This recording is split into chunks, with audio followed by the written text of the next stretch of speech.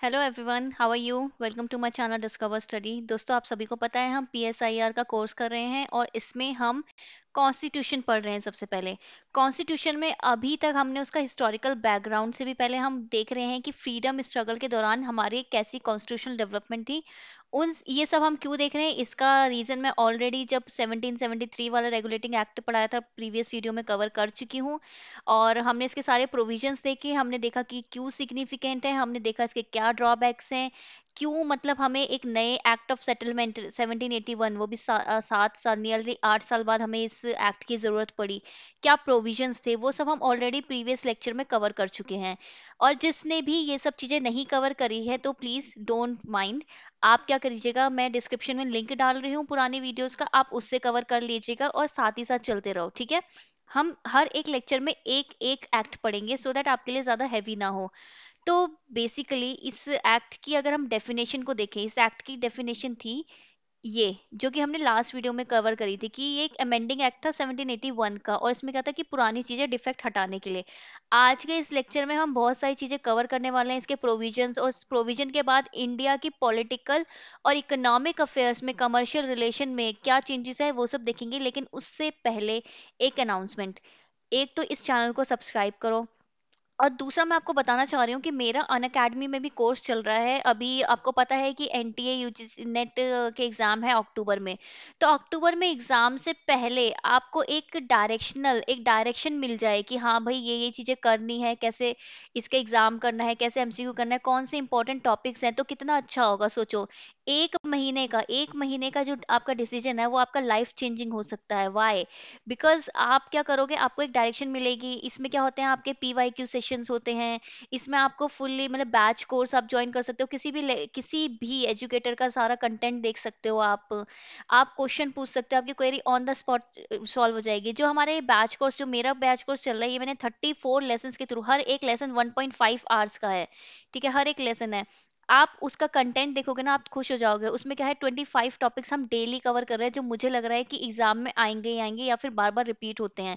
Complete course है basically MCQ की help से, यानी कि डेली हम 25 टॉपिक्स भी करते हैं, 25 एमसीक्यूज भी करते हैं। और हर 3 सेशन के बाद एक हमारा क्या होता है, एक हमारा डाउट सेशन होता है। उस डाउट सेशन में हम सारे जितने डाउट्स हैं वो सॉल्व करते हैं, और ऐसी थ्योरीज करते हैं जो हम आज तक आपने कभी पढ़ी नहीं होगी, अगर आप कभी देखोगे तो।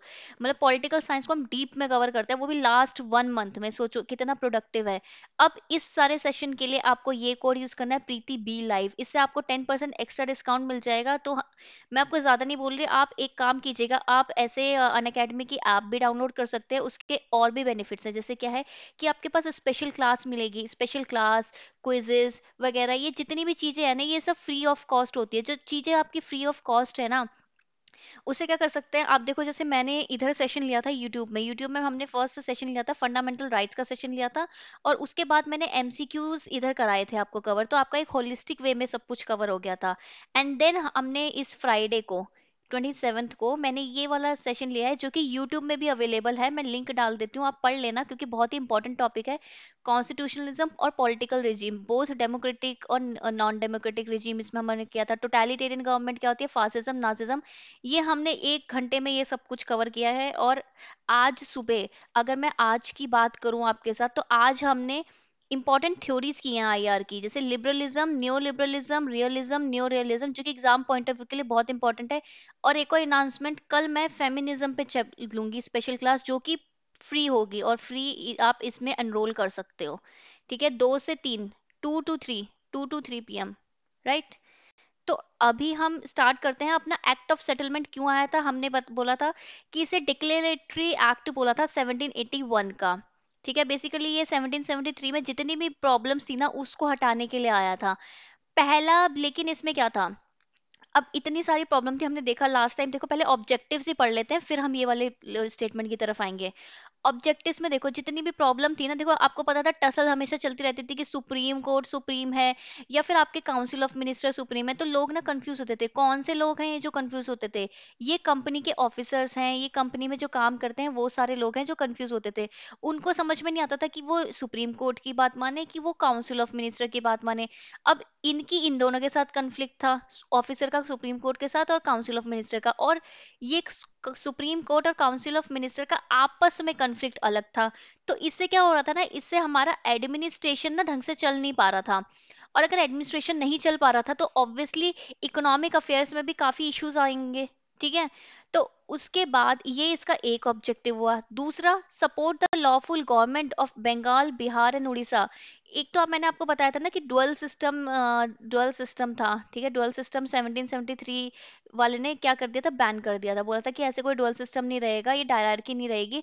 हमारा हमारे हिसाब से आप काम करो, इस एक्ट के थ्रू अब काम होगा। हमारा एक गवर्नर जनरल रहेगा, गवर्नर जनरल ऑफ बंगाल, और उसकी 4 काउंसिल हो गई, और ये लोग काम करेंगे। ठीक है, इसके हिसाब से काम होगा।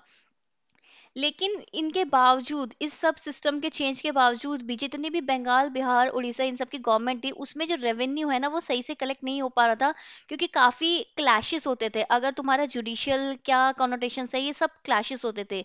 तो इस वजह से इन्होंने सोचा कि चलो एक इनकी जो क्लैरिटी है ना लॉ के बारे में, वो हम क्लियर कर देते हैं। दूसरा, नेटिव लोग जो थे ना वहाँ के, अब देखो, अब हमें यहाँ पे ट्राइब करना है, हमें यहाँ पे रूल करना है, लेकिन जब तक यहाँ के नेटिव लोग हमारे साथ नहीं है तो हम कैसे कर पाएंगे। तो इसलिए इनके जो लॉज हैं, इनके जो कस्टमरी लॉज हैं, इनके जो ट्रेडिशन है, उनको भी प्रोटेक्ट करना है। ठीक है, ये तो उसका था मेन ऑब्जेक्टिव। अगर अब हम 1781 के एक्ट के बारे में बात करें, तो पहली बार ऐसा अटेम्प्ट हुआ था in the India towards the separation of executive and judiciary. मतलब एग्जीक्यूटिव फंक्शन और जुडिशियल फंक्शन ये थोड़े सेपरेट कर दिए गए थे। क्यों? क्योंकि इसमें टसल हो रही थी। फर्स्ट टाइम, जैसे हम बोलते हैं ना सेपरेशन ऑफ पावर, जो सेपरेशन ऑफ पावर का कंसेप्ट किसने दिया है, मॉन्टेस्क्यू ने दिया है ना। तो सेपरेशन ऑफ पावर में हम जुडिशियल, लेजिस्लेटिव, एग्जीक्यूटिव तीनों का बोलते हैं, लेकिन फर्स्ट टाइम ऐसा हुआ कि जुडिशियल और एग्जीक्यूटिव का यहाँ पे अलग हुआ। राइट। इतना अंडरस्टैंडिंग हो गई, तो अब इसके प्रोविजंस पढ़ लेते हैं कि क्या थे। सबसे पहले, अगर प्रॉब्लम हो रही है सुप्रीम कोर्ट और ये गवर्नर जनरल की काउंसिल को, तो पहले तो हम देख लेते हैं कि सुप्रीम कोर्ट के क्या फंक्शंस हैं। पहले उसको लिमिट कर देते हैं कि चलो इन पे लगाम लगा देते हैं। क्यों? क्योंकि ये जो मेरी governor general of Bengal plus ये 4 मेंबर की काउंसिल आई है ना, ये तो मैंने भेजी हुई है। इनको तो मैंने एक पर्पस दे के भेजा हुआ है कि भाई तुम्हें ऐसे ऐसे काम करना है, और ये तो कोर्ट बाद में एस्टेब्लिश हुआ है। ठीक है। तो उन्होंने बोला कि चलो ठीक है, पहले ये इस पे हमें ज्यादा भरोसा है, इनके हिसाब से एक स्टोरी की फॉर्म में किया करो हमेशा याद, कि इसकी सुप्रीम कोर्ट की पावर को हम लिमिट करते हैं।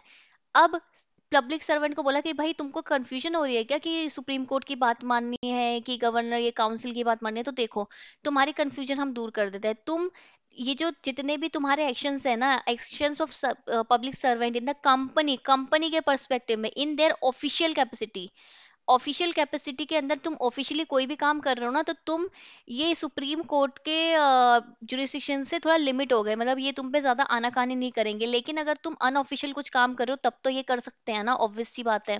ठीक है, तो ये याद रखना कि किस चीज के बारे में बोला है, ऑफिशियल कैपेसिटी। दूसरा, इन्होंने बोला कि चलो रेवेन्यू कलेक्टर्स, हमें देखो हम इधर ट्रेड करने आए हैं। ठीक है, तो रेवेन्यू कलेक्टर्स, जमींदार को मिला के ये क्वेश्चन आ सकता है कि जमींदार उसमें थे कि नहीं है, तो जमींदार और जितने भी जुडिशियल ऑफिसर्स हैं of a company court, company court की बारे में बात हो रही है। ये कंपनी कोर्ट एक बहुत इंपॉर्टेंट टर्म है, याद रखना।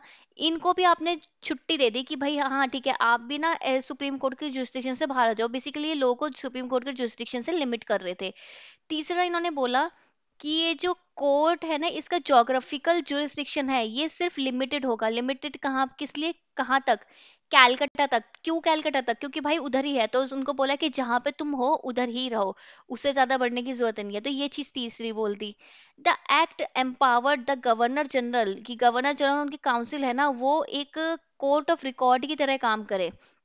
कोर्ट ऑफ रिकॉर्ड क्या होता है, देखो, कोई भी लॉ आया, ठीक है, कोई भी लॉ आया उसको हम क्यों मानते हैं, हम सुप्रीम कोर्ट ने अगर कोई भी डिसीजन लिया, वो ऑल ओवर पूरा इंडिया क्यों मतलब वैलिड होता है, क्योंकि वो कोर्ट ऑफ रिकॉर्ड है। वो सारी मतलब अपील सुनते हैं, फिर डिसीजन लेते हैं, और वो सब पे वैलिड है। ठीक है, to hear appeals from the provincial court. और इनको इतनी पावर दे दी कि अब देखो, वैसे सुप्रीम कोर्ट से सबका जुरिस्डिक्शन निकाल रहे हैं, और गवर्नर जनरल और उनकी काउंसिल पे रिस्पॉन्सिबिलिटी जुरिस्डिक्शन डाल रहे हैं कि जितने भी प्रोविंशियल कोर्ट्स है ना, सिविल केसेस, याद रखना, सिविल सिविल केसेस, वो क्या करेंगे, ये सुन सकते हैं, ये सुन सकते हैं क्या, कोर्ट ऑफ रिकॉर्ड है इसलिए, क्योंकि ये सुन सकते हैं, और इनका डिसीजन ना फाइनल भी होता है। ठीक है, ये याद रखना, सिविल कैपेसिटी में ओनली।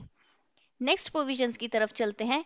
इन्होंने ये भी बोला, इस एक्ट के थ्रू ये भी पता चला कि जो मोहम्मद केसी की, भाई हमने बोला ना अभी प्रोटेक्ट, हमने ऑब्जेक्टिव किया था कि नेटिव लॉज को हमें क्या करना है, प्रोटेक्ट करना है। कैसे प्रोटेक्ट कर पाओगे भाई?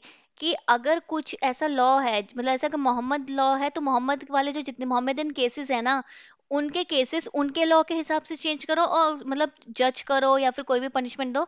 और अगर हिंदू वाले केसेस है ना, वो हिंदू लॉ की वजह तरह से जज करो। जैसे हमारा क्या है, हमारा फैमिली लॉज है, ये सब है, ठीक है, मैरिज एक्ट है, फैमिली एक्ट है, तो हमारे कई कई प्रोविजंस हमारे अपने सिस्टम के हिसाब से होते हैं। क्यों? क्योंकि ये हमारा एक ट्रेडिशन है, ठीक है, ये हमारा एक कल्चर है, ठीक है, ये हमारा एक हेरिटेज है, राइट? तो इसको हमें क्या करना है, प्रोटेक्ट करके रखना है। अदरवाइज सब कुछ लीगल नहीं होता, इसमें रिकॉग्निशन मिली है, ठीक है। ये इन्होंने ये भी रिकॉग्नाइज किया कि सदर दीवानी अदालत है ना, एक चीफ कोर्ट होगा। देखो पहले दो टाइप के होते थे, सदर दीवानी और ये फौजदारी कोर्ट, ठीक है।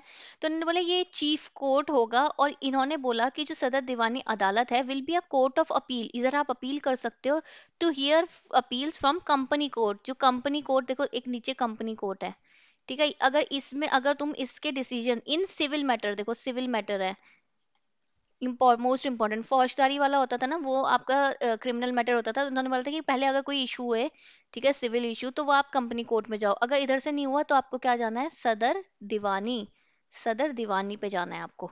ये सारे प्रोविजंस थे एक्ट ऑफ सेटलमेंट। बेसिकली हमने एक सेटलमेंट करी थी। सेटलमेंट किस चीज की सेटलमेंट? 1773 में जो इशू आ रहे थे ना, उसको हमने सेटल किया, ठीक है, उसकी सेटलमेंट, राइट, इस एक्ट के थ्रू। अब ये हो गया 17। अगर आपको पीडीएफ चाहिए ना, तो प्लीज आप ये टेलीग्राम ग्रुप ज्वाइन कीजिए, टेलीग्राम चैनल ज्वाइन कीजिए, नीचे डिस्क्रिप्शन में डाल देती हूँ मैं उसका लिंक। और पीडीएफ आपको ना मैं एक जब दूंगी, जब ये पूरी कंपाइलेशन हो जाएगी, मतलब ये मैं ना पूरा एक कंपाइलेशन दूंगी सारे एक्ट्स का, कॉन्स्टिट्यूशनल डेवलपमेंट्स का, तो वो कंपाइल्ड मिल जाएगी आपको। आप टेंशन मत लो, आप ग्रुप ज्वाइन करो, आप चैनल को सब्सक्राइब करो, नोटिफिकेशन ऑन करो, सो दैट कि कुछ भी चीज हो वो आप तक जरूर पहुंचे, ठीक है। और जिसको जो भी डाउट होता है ना, अगर तुमको कुछ ऐसा लगता है कि कुछ डाउट है और तुम सबको नहीं बता पा रहे, मतलब तुम्हें शर्म आ रही है ग्रुप में पूछने के लिए, तो मुझे इस प्रीति_बोरा, ये टेलीग्राम में मेरा यूजर आईडी है, इसे सर्च करो, यहाँ पे मुझसे क्वेश्चन पूछो, लेकिन अपना नाम, ठीक है, अपना नाम और डाउट, जो भी वैलिड डाउट है वो लिख देना, हाय हेलो के आंसर में नहीं देती, ठीक है। Thank you. अब मिलते हैं हम नेक्स्ट वीडियो में, तब तक के लिए बाय बाय।